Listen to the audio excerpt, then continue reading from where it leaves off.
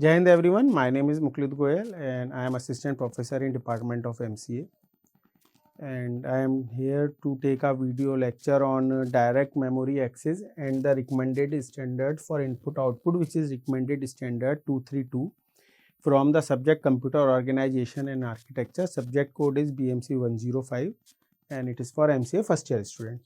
First of all, I will start with the content of my slides. First, why do we need DMA? What is DMA? Use of DMA controller, DMA block diagram, recommended standard 232 and recommended standard 232 signal operation. So, why do we need DMA? We need DMA because the concept of pooling and interrupt driven input output constraint on data transfer between the processor and output devices. A instruction to transfer only occurs after the processor determines that the input output device is ready. If our device is not ready, the instruction of transfer or moving of the data is not processed. Third, the considerable overhead is incurred because several programming instructions must be executed before each data word is transferred, and moving the instructions are needed to increment memory address and keeping track of how many bits are moved. So, for that we need DMA. So, what is DMA? DMA is basically used to transfer of large blocks of data at high speed. It is not the only way of transferring the large blocks of data. It is an alternate approach, or we can say that it is the another way of transferring the large block of data at high speed. So, these large block of data are transferred between an external device and the main memory without the continuous intervention by the processor. Means if we have the directly memory access in our computer organization or using direct memory access during the organization of our motherboard, so it is just another peripheral, but its only job is moving of data. So, it does a transferring of data faster. So, the main purpose of DMA is to transfer the large block of data on the high speed. What is its controller? So, DMA controller is connected to the internal input output bus. I will explain it in a following diagram, which is in the slides. Perform the function that would normally be carried out by the processor when access main memory. For each word transferred, it provides the memory address and all the bus signals that control the data transfer. So, direct memory access how it is useful? So, direct memory access basically useful for working for you can say the full utilization of main memory, because when we do a direct memory access, sometimes or many times what the transfer is been done, but the main memory cannot be used many times. It can be used for another processes also. It cannot only be used for the transferring of large block of data. So, main DMA uses, so through DMA controller, for each word it provides the memory address and all the bus signals. The bus signals are of three types. One is data bus, control bus and address bus. So, all these bus signals are controlled through are signals that control the data transfer. So, all this work is carried out by the directly memory access. So, there are 6 transactions in direct memory access. First, key device wishing to perform DMA asserts the processor, but bus request signal. Processor completes the bus cycle and then asserts the bus grant signal to the device. Asserts the bus grant signal to the device means is that the processor completes its current bus cycle and it is ready for another cycle of transferring the data. So, after getting the signal, the device then asserts that a grant acknowledge signal. Acknowledge means that the signal which is given by the processor after completing the bus cycle is being received and the DMA performs the transfer from the source to the destination address. And when the DMA operation is completed, the device releases the bus by giving the bus release signal, and processor acknowledge the bus release. After doing the bus release, it means that our current operation of data transfer is completed, and we resumes from where the bus cycle left it. So in this diagram, what we have seen, first the CPU set up a memory transaction on the DMA controller. After the setup of the memory transaction, DMA controller requests the transfers to memory. Means the DMA controller requests the transfers to memory from RAM. Then from that storage they got the acknowledge. From that acknowledge, bus control logic which have the input outputs. Bus control logic, it gives the control to the DMA controller. DMA controller and to the processor. Interrupts when done means कि our process is completed and now we can start our next cycle from where we have left. So in this process we use buffers and arbitration. Buffers means when most DMA have a data storage buffer. So the buffering means कि when we are the process in the transferring, but the transferring has not started. In mostly in YouTube videos and in transferring some data also, and when our system got some slow or something, then we see a common word on our screen which is a buffering. So the what buffering means? So the buffering means that the transfer is being initiated but has not been started yet. So the most DMAs have a data storage buffer which can send a burst of data transfer. Then main memory can handle, and bus arbitration is needed to resolve the conflict with that one device. The bus arbitration can be done in three ways. One is master slave, another one is priority, and third is independent. So the master slave bus arbitration is known as daisy chaining, in which we create one as a master and another as a slave, and all these are connected through a server and in a series. So in a series means when one have completed till one has not completed their first or their transactions, the data transfer cannot be executed or initiated by the next system as they are connected in a serial.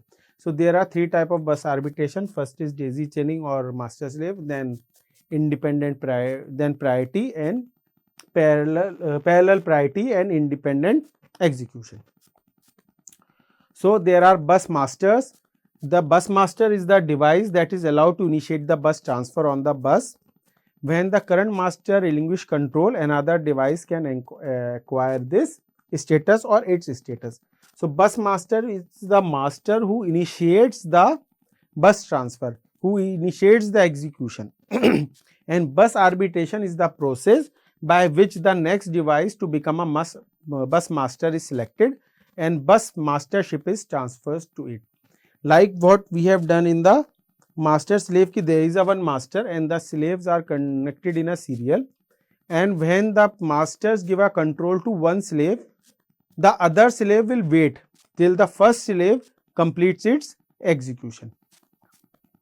So the arbitration approaches are centralized and distributed. In centralized, a single arbitrator performs the arbitration, and in distributed, all devices participate in the selection of the next bus master. So there is a one master who is connected in a serial, or there is a one master who is connected in a parallel, means that can allow the parallel execution, and one master that allows a single unit execution. So these two approaches are centralized and distributed. In centralized, only a single arbitration performs the operation, and distributed, all devices participate in the selection of the next bus transfer. So it is the block diagram of DMA controller where we have two types of signal which I have addressed: bus request and bus grant. Okay, there are two types of bus. One is address bus and another bus is data bus. They performs two type of operations, one is read and another one is write. Okay, so all these operations are controlled through CPU, which we can say control logic. There are three type of registers, one is address registers, word count registers and control registers. They request to a DMA and got the acknowledge to input output device. Input output device request for the DMA and input output device also got the acknowledgement after the DMA request has been granted. So when the request is granted, first we select the DMA, then we do a register select, then we do two type of operations, one is read, another is write. After these operations are requested, we raise a signal bus request, and when these requests are executed, we arise the signal, or completed, we arise a signal bus grant, and there is an interrupt who controls all these transfers. Next, how these executions, how data is transferred through DMA. So it is the same that diagram in another way of representation. So there are RAM which have the read write operations, address and data. Input output peripheral device who request for the DMA and get the acknowledgement. There is a CPU logic, we can also call it a DMA controller, which have all these signals: read, write, address, data, DMA select, register select, bus request and bus grant. It is just a simple another way of representing that block diagram in a detailed way, like the read control, write control, data bus, address bus, all these are in the detail in that diagram. So there are the three techniques of DMA. One is block transfer, in which the whole block of data is transferred and CPU can do non-related but bus activities in the meanwhile. Second is cycle stealing, in which DMA controller freezes the CPU and only then DMA does a transfer, but not as a single block but as a word by word transfer. Third is interleaved. In interleaved, DMA controller uses CPU cycle that are not using the bus and letting DMA refers and CPU alternate use of the bus. But in detail, I will explain cycle stealing. In cycle stealing, while DMA input output takes place, CPU is also executing the instructions. The DMA controller and CPU both have memory access, but they can also conflict. So memory bus controller coordinate the activities of all devices that requesting the memory access, and the one way of coordinating is the priority system.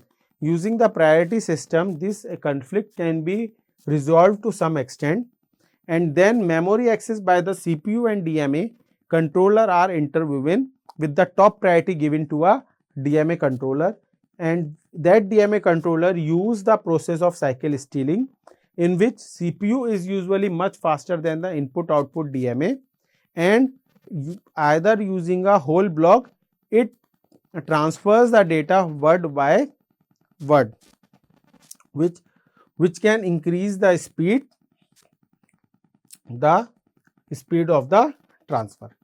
After this, I will come to a topic which is RS-232. RS-232 is the recommended standard introduced in 1960 and then revised in 1969 and 1997. And this RS-232 is basically a standard for connecting the input output devices with the monitors and the CPU. And it was originally used in the telegraphic machines that transmitted binary codes, and those binary codes are used as the interfaces on computer modems. RS-232 is one of the number of similar interfaces that have been standardized by EIA, TIA and ITU. EIA is the Electronics Industries Association, TIA is the Telecommunications Industries Association, and ITU is International Telecommunication Union. So it is the common, when you will see the image, then you come to know that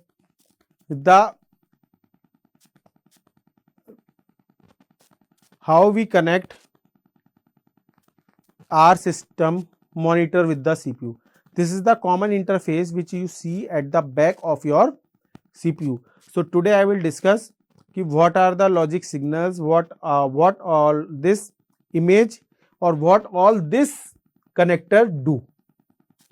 So this connector have the logic labels which is between the -3 and -25 volts. A binary 0 or a space is any voltage between +3 and +25 volt, and binary 1 is between -3 and -25 volt. You can see it through an image कि binary space 0 or binary mark 1. So when we mark 1 it is negative, and when we mark space 0 then it is showing the positive. So these logic signals are single-ended, and we commonly use labels of +-5 to +-12 volts, and receivers do not respond to the voltage which is +-3 volt, making this standard essentially in the noise in this range. If there is any noise in this, noise means any error, it does not respond for -3 or +3 volt range. There is no specific data rate specified for the standards. Lower cable capacitances or shorter cables allow faster rates beyond 100 kbps. So the common data rates that are used in RS-232 are 300, 1200, 24, 400, 1900, 19200 and 1,15,200 bytes per second. So this is our connector.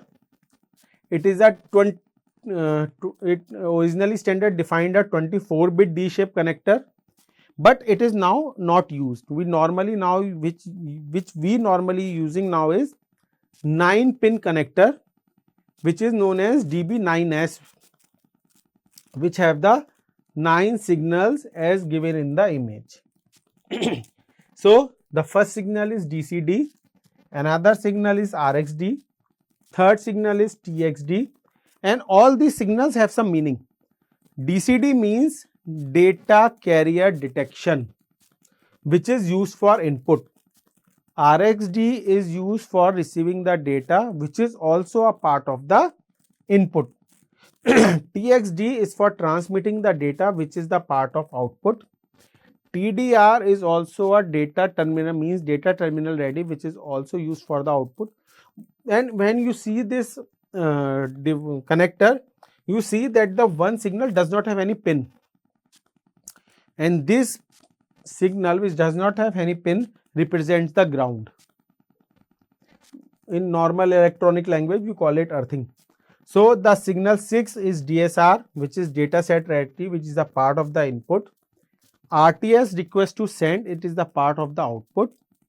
CTS is clear to send, which is the part of the input, and ring indicator is the part of the input. So in this way these 9 signals have sent, these 9 pins have 9 signals which is connected to your monitor, and you can see on your screen whatever processing has been done or has been executed by you. So this is the standard recommended standard 232 connector used for connecting your input and output devices. So what signals operations it has? So data is transmitted on the pin 3, data is received on the pin 2. So we normally say that when we connect these, the pin should be intact and there should not be any damage to these pins. So if any damage is done on these pins, then we cannot receive that corresponding signal. So the other lines are control or handshaking signals that control the flow of data. The most common connector are shown in figure 10, which is this DAB9 and connected between the computer and the peripheral device, and the transmission is totally controlled by the start and stop bits. With this I will end my slides. Thank you very much.